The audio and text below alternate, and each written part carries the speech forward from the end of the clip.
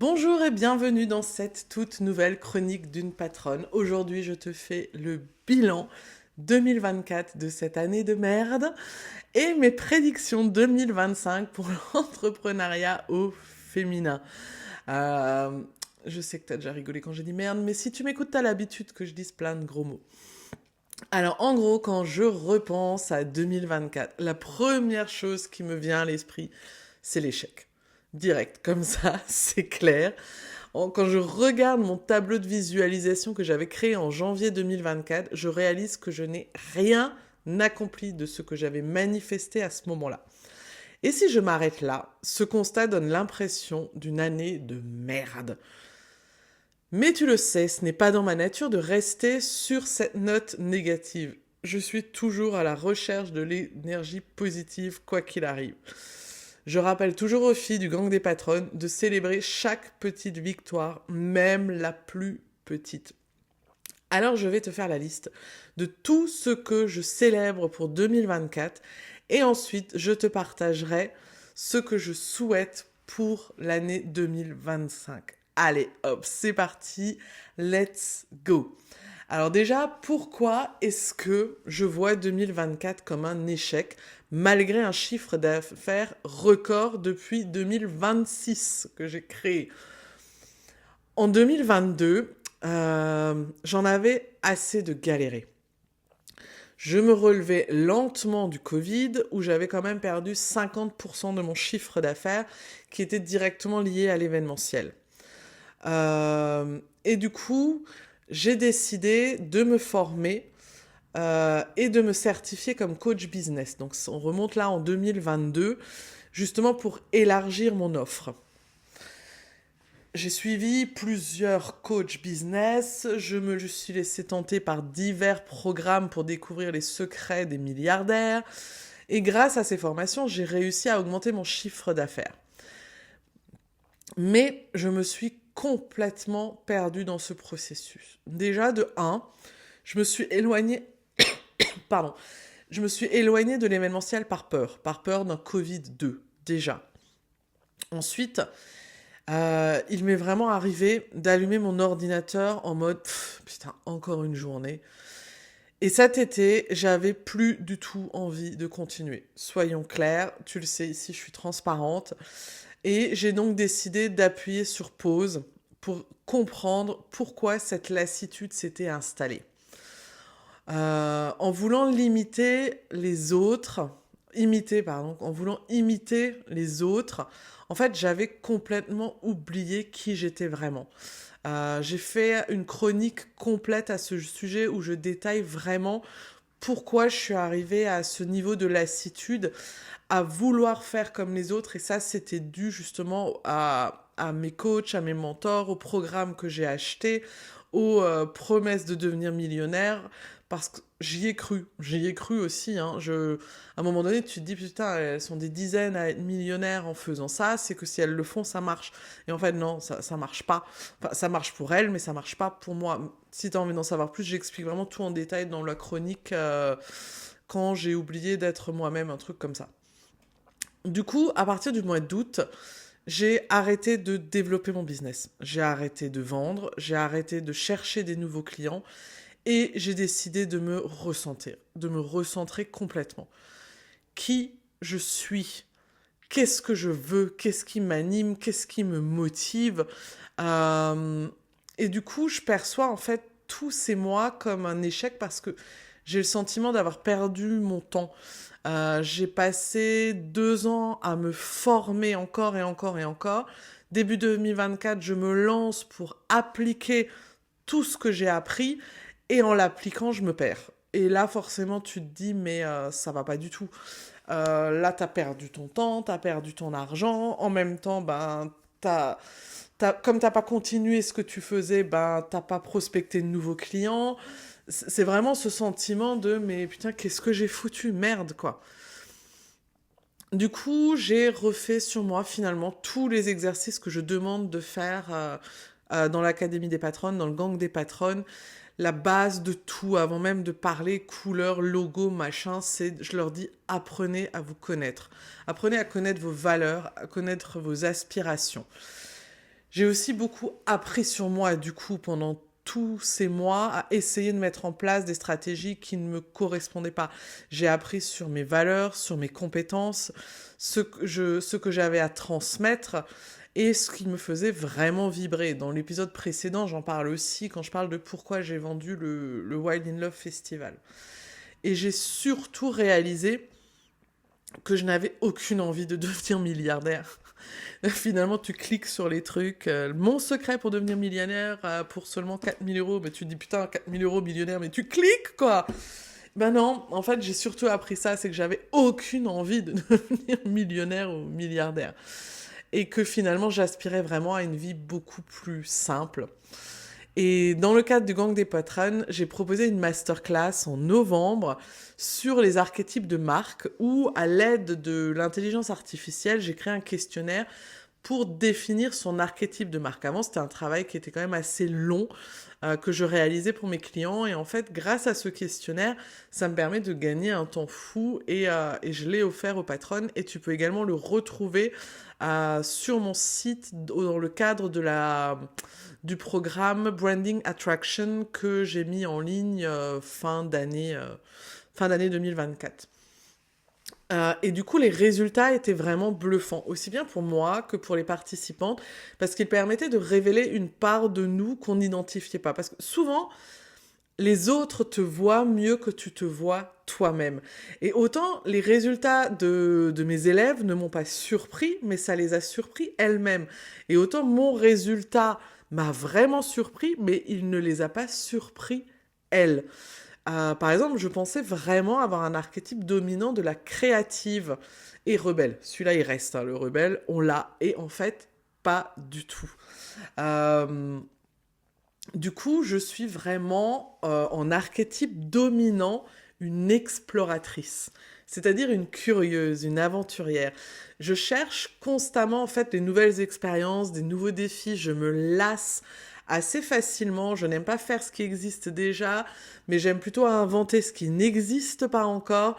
Et ça, que ce soit dans ma vie personnelle ou dans ma vie professionnelle.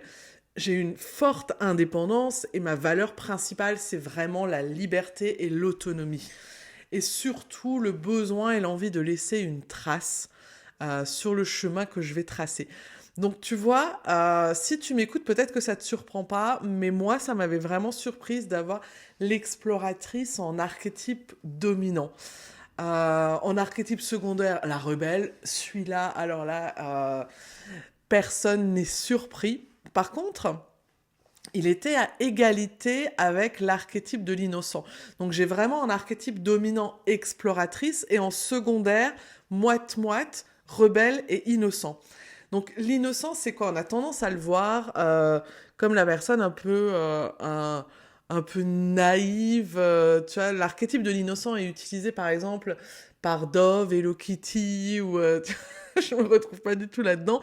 Par contre, il est aussi dans la petite maison dans la prairie, tu vois, le côté Charles Ingalls, Caroline Ingalls. Bah pourtant, ouais, bah, je suis bien là-dedans en fait. J'ai une vision ultra positive du monde et je cherche toujours à apporter du bonheur et de l'authenticité. Du coup, dit comme ça, effectivement, bah, ça me surprend plus autant et peut-être toi également. Euh, et souvent, en fait, l'archétype de l'innocence, sa naïveté peut être perçue comme une force parce que j'aborde toujours les relations et les projets avec une pureté, voilà, une pureté, tu vois, avec le regard d'un enfant. Tu vois, je vois toujours le champ des possibles, de tout ce qui est possible de faire, et je vois toujours le positif partout. Et finalement, bah oui, finalement, je me reconnais bien dans cet archétype-là. Et je sais pas, tu pourras me dire en commentaire si toi aussi tu me reconnais là-dedans. Et du coup, en gros, ma personnalité est un mélange fascinant du coup de l'exploratrice, la rebelle et l'innocente. Je suis ce qu'on appelle une aventurière audacieuse qui défie les conventions tout en restant fidèle à ses valeurs d'authenticité et d'optimisme. Et le fait vraiment d'identifier tout ça grâce à cette application, donc ce questionnaire que j'ai mis en place m'a permis vraiment de me recentrer et de revoir mes perspectives. Encore une fois, si tu as envie de faire cet exercice, il existe dans mon programme qui est sur mon site qui s'appelle Branding Attraction. En gros, pour en revenir au sujet de ce podcast, tout ça a découlé finalement d'un gros changement de cap à mi-parcours. Si tu veux, j'avais une vision claire en janvier de ce que je voulais mettre en place, et en plein milieu, niet. J'ai changé de cap radicalement grâce à cette introspection profonde que j'ai faite. J'ai complètement réévalué mes offres, mes prix, mes formules. J'ai également complètement revu le gang des patronnes, alors que j'avais passé 6 mois à créer la tribu des patronnes. J'ai revu mon positionnement ainsi que ma relation avec les réseaux sociaux et ma démarche globale. D'ailleurs, je vais te refaire un podcast très vite, justement sur le bilan réseaux sociaux, communication, sur ce qui change, ce que je ne veux plus, ce que je souhaite mettre en place à partir de maintenant, et également mes prédictions sur ce qui va fonctionner ou pas avec l'avenir des réseaux sociaux, parce que dans le prochain podcast, je vais justement te parler du fait qu'il faut arrêter de voir les réseaux sociaux comme des réseaux sociaux. Les réseaux sociaux n'ont plus rien de réseaux sociaux, c'est un média comme les autres, et il faut le traiter comme un média comme les autres. Il n'y a plus la relation sociale où on va regarder les photos de vacances de l'oncle Tom. J'ai également, du coup, avec ce repositionnement et ce changement de cap, j'ai surtout cessé d'avoir peur. J'ai décidé que j'arrêtais d'avoir peur de partager mes opinions pour toujours arrondir les angles.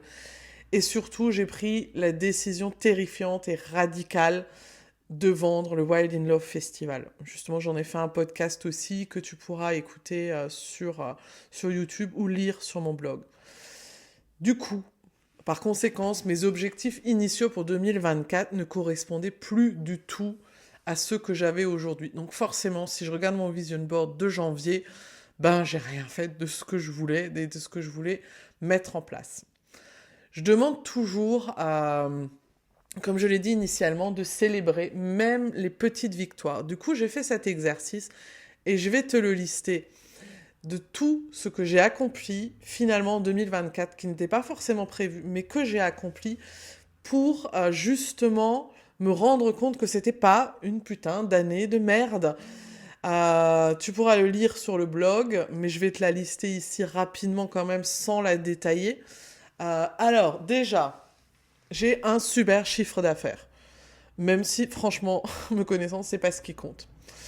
J'ai accompagné la toute première cohorte des patronnes, youpi. J'ai été sélectionnée avec 15 autres coachs francophones pour animer un mastermind international. Waouh! J'ai créé 6 sites internet. J'ai créé 10 identités visuelles. J'ai accompagné une dizaine d'entrepreneurs dans leur stratégie digitale. J'ai lancé un compte TikTok pro. J'avais déjà un perso, mais où je racontais des conneries. Mais là, j'ai fait un pro. J'ai créé ces chroniques d'une patronne. J'ai lancé les Caro Parents Live où j'interviewe tous les jeudis des femmes entrepreneurs. J'ai lancé le Festival des patronnes. Je me suis engagée à suivre 4 heures de formation par semaine pour me perfectionner encore et encore. Début d'année, j'ai lancé un challenge fait du bruit qui a rassemblé des centaines de femmes que je vais sûrement relancer en 2025. J'ai organisé 5 shootings pro. Je me suis coupé les cheveux. Sérieux, c'est un défi pour moi. Je me suis octroyé des vacances bien méritées. Ça aussi, à cocher sur ma to-do list, j'avais pas pris des vacances depuis des années. J'ai créé un cahier de vacances pour entrepreneurs, pareil, qui a été téléchargé plusieurs centaines de fois. J'ai osé porter un bikini à la plage. Ouais. Et j'étais fière. J'ai créé un cahier d'introspection à télécharger également. Donc, c'est un lead magnet qui a très, très bien fonctionné aussi. J'ai élaboré une checklist branding qui te permet de savoir où tu en es et de te positionner par rapport à ton branding et ce qui te manque. J'ai créé 12 masterclass et enregistré 20 tutos. J'ai organisé 2 festivals. Et j'ai trouvé le temps pour assister aux entraînements de foot de mon fils, même si je déteste le foot. Mais j'ai seulement fait 3 spas cette année. J'ai aussi, soyons clairs parce qu'il n'y a pas que du positif, j'ai aussi très très mal investi mon argent dans certaines formations. J'ai perdu beaucoup d'argent et beaucoup de temps, mais j'ai appris. J'ai lancé des ateliers qui ont complètement floppé. J'ai lancé un podcast audio qui a floppé, mais qui finalement commence à bien marcher, donc la persévérance paye. J'ai organisé un branding day que je n'ai jamais finalisé. J'ai viré un client et putain, ça a fait du bien. J'ai eu pas mal d'impayés qui sont dus à des dépôts de bilan post-Covid encore. C'est moins drôle, mais je l'ai surmonté. J'ai douté de moi, parfois, souvent, tout le temps. J'ai pas réussi à aller à la salle de sport. Je crois que la dernière fois que j'y suis allée, c'était en avril. J'ai quand même dû payer mon abonnement toute l'année. Quand je dis que j'ai mal investi mon argent et que j'ai perdu du temps et de l'argent. Et j'ai toujours pas créé ma retraite business pour femmes que je projette depuis 2-3 ans de faire. Donc partant de là, je te refais une liste, on verra en 2026, de ce que je ne veux plus, pas de ce que je veux, mais de ce que je ne veux plus dans mon business en 2025. 1. Je ne veux plus 32 objectifs par semaine. Je veux vraiment retrouver du plaisir et ne plus jamais me lever un matin en disant « faut que j'aille bosser ». Je ne veux plus des to-do list tous les jours qui sont interminables. Je veux pouvoir travailler dans mon flow. Je ne veux plus voir des grosses coachs, créatrices, gourous imbuvables qui font croire à tout le monde que avec l'intelligence artificielle et Canva, en 15 minutes, tu crées un e-book que tu vends en ligne et que tu te fais 14 000 balles par mois. Ça, j'en veux plus. Et je vais vraiment les bloquer, tous ces gens-là, pour ne plus les voir sur mes réseaux sociaux. Je ne veux plus de clients perfectionnistes et énervés. Je ne veux plus de clients qui veulent une Ferrari au prix d'une Twingo. Je ne veux plus refuser d'écouter ma petite intuition quand je ne sens pas quelque chose ou quand je ne sens pas un client ou quand je ne sens pas un projet. Je ne veux plus ne plus l'écouter, je l'écoute. Je ne veux plus répondre sur WhatsApp aux clientes qui m'écoutent le soir et le week-end. Je ne veux plus bosser le week-end tout court. Je ne veux plus en fait que le regard des gens qui ne font pas partie de ma cible m'affecte. Je m'en fous. Je veux vraiment me libérer de ça en 2025 complètement.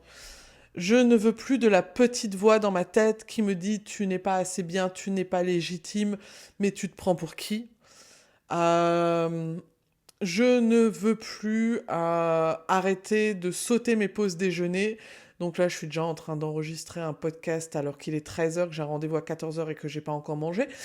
Va falloir que je revoie ça. Je ne veux plus ne plus avoir au moins une journée par mois pour moi. Je ne veux plus des journées de travail qui commencent à 7h et qui finissent à 23h. Je ne veux plus de repas pris sur le pouce devant mon ordinateur. Je ne veux plus de week-end seul passé devant Netflix. Et je veux plus de semaines et de balades en forêt. Voilà, ça c'est ma liste. Ma liste, qu'elle te serve d'exemple. L'objectif est que tu fasses ta liste. En prenant le temps de faire cette liste, de l'examiner de tous les recoins, que ce soit en parcourant mon feed Instagram, en regardant mes photos, en consultant mes dossiers clients. Voilà, j'ai fait tout ça pour faire cette liste et je t'invite à faire la même chose pour faire vraiment un bilan juste de ton année. Et en fait, quand je fais cet exercice-là, j'ai remarqué qu'il y a quand même énormément d'évolution et d'avancement. Chaque projet, chaque défi surmonté et chaque moment partagé avec mes clients ont contribué à ma croissance, aussi bien personnelle que professionnelle. Comparé à l'année dernière, à la même date, je constate un chemin parcouru qui est vraiment impressionnant. J'ai appris à mieux gérer mon temps, j'ai affiné mes compétences, j'ai élargi mes réseaux.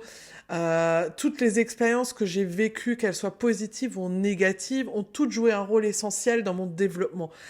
Et de faire ce travail de rétrospective m'a vraiment motivé à continuer encore et encore à avancer et à viser encore plus haut pour l'année prochaine. Finalement, prendre ce temps pour réfléchir m'a permis de reconnaître mes progrès et d'apprécier vraiment le chemin parcouru. Donc j'ai commencé par 2024, année de merde, et je finis quand même vachement satisfaite de cette année. Donc si tu as le temps, je t'invite vraiment à faire le même exercice. Et je suis impatiente de voir maintenant ce que l'avenir me réserve et ce que 2025 me réserve. Et toi, c'est quoi ce que tu as envie de faire comme bilan de ton année 2024? Je serais ravie que tu me le racontes en commentaire. J'espère que cette nouvelle chronique t'a plu. J'en écrirai une autre mardi prochain. Moi, c'est Caroline, je suis patronne depuis presque toujours et je te partage chaque semaine mon quotidien d'entrepreneur avec humour et authenticité. À mardi prochain!